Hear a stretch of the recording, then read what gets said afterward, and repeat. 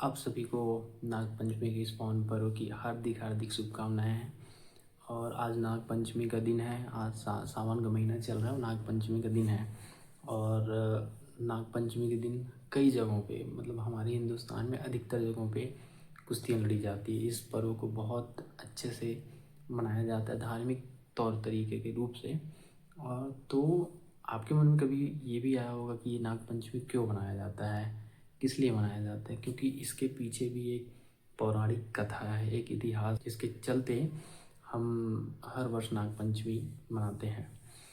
तो उस विषय के बारे में अभी हम थोड़ा सा चर्चा करेंगे। मैं आपको बताना चाहता हूँ जितना मैं जानता हूँ कि क्यों नाग पंचमी मनाया जाता है। तो क्या होता है कि पौराणिक कथा है ये। तो एक नागराज हुआ करते थे, नागों का राजा हुआ करते थे, जिनका नाम था तक्षक, नागराज तक्षक।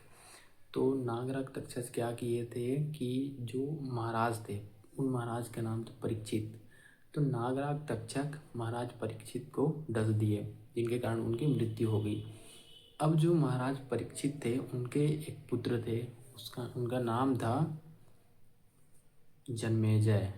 तो जब नागराज तक्षक महाराज परीक्षित को डस दिए तो गुस्से में, जाहिर सी बात है, महाराज के जो पुत्र थे उनको तो गुस्सा आना ही था।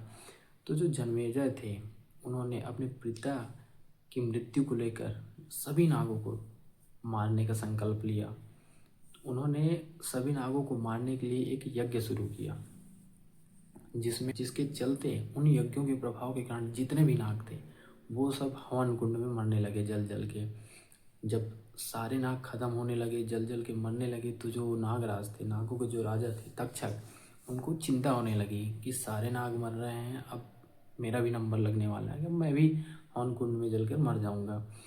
तो जो नागराज थे वो गए ब्रह्मा जी के पास, क्योंकि ब्रह्मा जी ने नागराज तक्षक को अभय दान दिया था, अभय दान दिए थे, इस वजह से वो नागराज को बचाना चाहते थे। अब क्या हुआ, नागराज बहुत चिंता में आ गया, ब्रह्मा जी के पास गए, उन्होंने बताया कि ऐसा ऐसा है। वो सारे नाग धीरे धीरे समाप्त हो रहे हैं, धीरे धीरे हवन कुंड में जलकर मर रहे हैं, तो एक दिन मैं भी मर जाऊंगा।